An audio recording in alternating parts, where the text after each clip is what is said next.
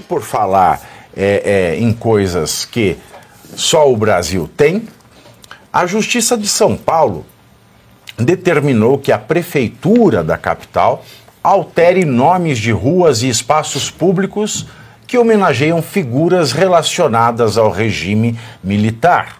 A decisão atende a uma ação civil movida pelo Instituto Vladimir Herzog e pela Defensoria Pública da União. Na lista de locais estão a Marginal Tietê, a Ponte das Bandeiras, um centro esportivo da Zona Sul e o crematório da Vila Alpina, que é o mais antigo do país. O nome oficial da Marginal Tietê, por exemplo, é Avenida Presidente Castelo Branco, que foi o primeiro presidente depois da instauração do regime militar em 1964. Professor Suano, o que achaste dessa decisão? Pavinato, normalmente as pessoas homenageiam os seus heróis quando ocupam uma determinada posição de poder. Então já se imaginava que isso poderia acontecer. Discordo muito de retirar o nome do Castelo Branco, porque o Castelo Branco, quando ele assumiu pensando numa restauração de uma eleição presidencial já para 1965 ou 66, se eu não me engano. As coisas aconteceram como aconteceram. No fato, eles estão tentando retirar e apagar a memória, porque é o que será feito. Se porventura, Sua Excelência, o prefeito de São Paulo, acatar isso, que ele o faça, mas que ele retire todos os nomes. E que ele não faça como em Brasília, que tem uma ponte, que tem um jovem guerrilheiro, que ela nomeia um jovem guerrilheiro que era um estudante, que foi fazer a militância armada. Que não faça uma homenagem àqueles que podem ter utilizado de muita violência naquele momento da nossa história e por isso não seriam merecedores. Agora, se o prefeito Ricardo Nunes não der nomes neutros, por mim ele nem acataria, porque a memória tem que ser preservada independentemente do que for. Mas se porventura ele não acatar nenhum um pedido de um cidadão para que ele dê nomes neutros, eu vou dar sugestões para ele. Por exemplo, as duas marginais. Ele deveria homenagear uma delas com o nome do presidente Lula, Marginal Luiz Inácio Lula da Silva. A outra com a sua esposa, a primeira-dama. E que parece que tem um ponto aqui, que foi um ambiente que foi utilizado, segundo se alega, para a tortura no período de 64. E aí eu acho que ele deveria homenagear o atual defensor da democracia no Brasil. E dar a esse lugar o nome Alexandre de Moraes. Assim ele poderia contemplar tudo aquilo que ele está sendo obrigado a fazer, e aí ele homenagearia as pessoas de acordo com aquilo que lhes cabe. Seria apenas um traço desse momento da nossa história, que é uma história muito triste. E aí, Caio Mastrodomênico, o que você achou desta decisão? Eu enxergo mais uma tentativa de reescrever a história, tentar apagar das gerações futuras e atuais a verdadeira história do Brasil, mas na prática mesmo, o que isso aqui muda para o cidadão? Muda muita coisa, porque atrapalha o cidadão, atrapalha o usuário das vias. Por quê? Porque agora precisa renomear, precisa se readequar, precisa reaprender aonde ele vai, qual é o caminho e quais são os pontos de referência, como por exemplo a ponte, acho que é da Casa Branca, que vai mudar algo nesse sentido.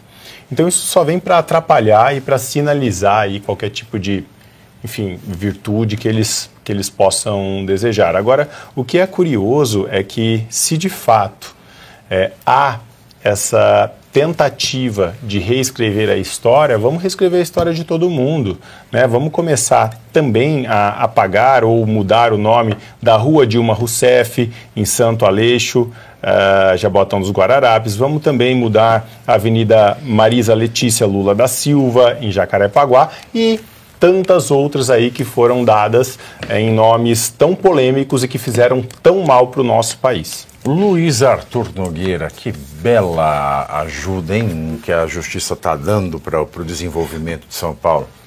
Pavívio, eu queria começar por aí. Para mim, o mais grave não é nem a polêmica da troca, é quem está determinando. De novo, o que o Poder Judiciário está legislando? Não é função dele. Eu queria lembrar que em 2016, a Câmara Municipal de São Paulo aprovou e alterou o nome do Minhocão, popular Minhocão, que era o elevado presidente Arthur da Costa e Silva, e mudou para presidente João Goulart. Claramente uma decisão política. Na época aprovada pela Câmara e sancionada pelo prefeito Fernando Haddad. Achei na época uma decisão polêmica, errada, porque você fica mudando, como o Caio falou. Primeiro, se você atrapalha as pessoas que utilizam. Em segundo lugar, você está tentando esconder o quê? Um período da história.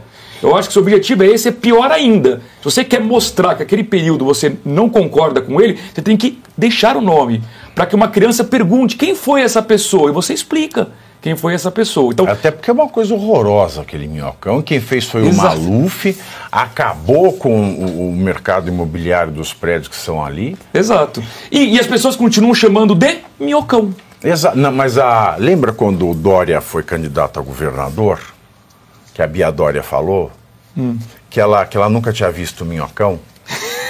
Lembra? É verdade, saiu na campanha, foi uma gafe danada. Ela nunca viu o Minhocão. Você já viu o Minhocão, Geisiane? Não vi. Olha, eu voto com os relatores, né? Bom, primeiro que a justiça, ela tá partindo da premissa de que é para fazer uma correção da ditadura militar, né? Então ela alega que teve pessoas que foram mortas e tal, e que de fato aconteceram, enfim. Ela faz todo esse recorte.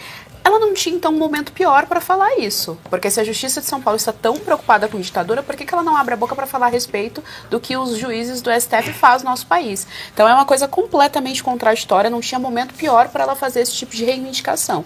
E aí, voto com todos os relatores. Se você quer dizer, ensinar que, olha, o fulaninho de tal fez isso, ora, é só ensinar isso dentro das escolas, é só ensinar isso para a população. Você não precisa ficar o tempo todo reescrevendo a história.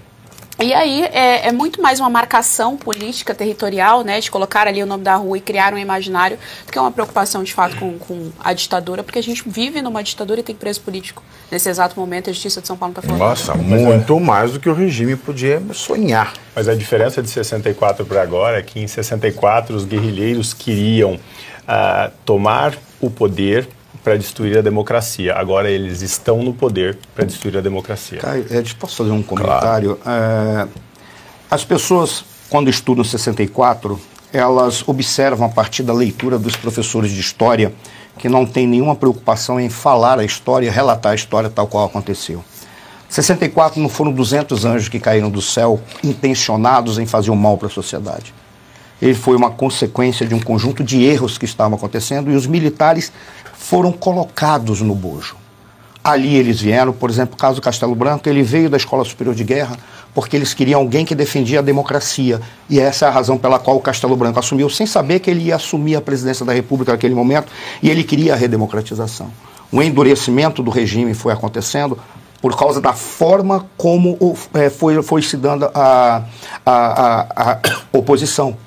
Até chegar a 68, o ato institucional número 5, para mim, ele é uma das piores ações que foram feitas na nossa história. No entanto, até lá foram quase 20 atentados terroristas com morte que ocorreram no Brasil. E isso eles não falam. Eles falam daquilo que eles cometeram tal qual caso. O que eles querem? Eles querem apagar a história, aquele joguinho que eles mandaram para todas as escolas de primeiro grau, em que fala que o dia 8 foi um atentado à democracia e que heróis preservaram. As pessoas que estão presas agora, para as crianças que aí estão, são pessoas que eram terroristas. E eles fizeram terrorismos, que hoje estão no poder.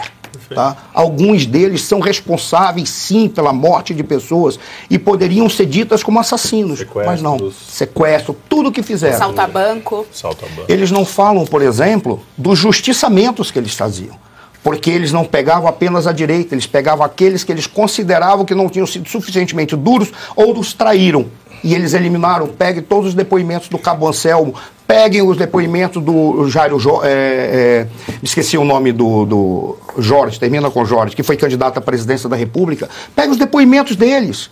E eles atestaram tudo aqui, pega o que o Gabeira falou, leiam o livro do Gabeira, quando eles falaram que eles iam matar o embaixador, que eles iam torturar o embaixador.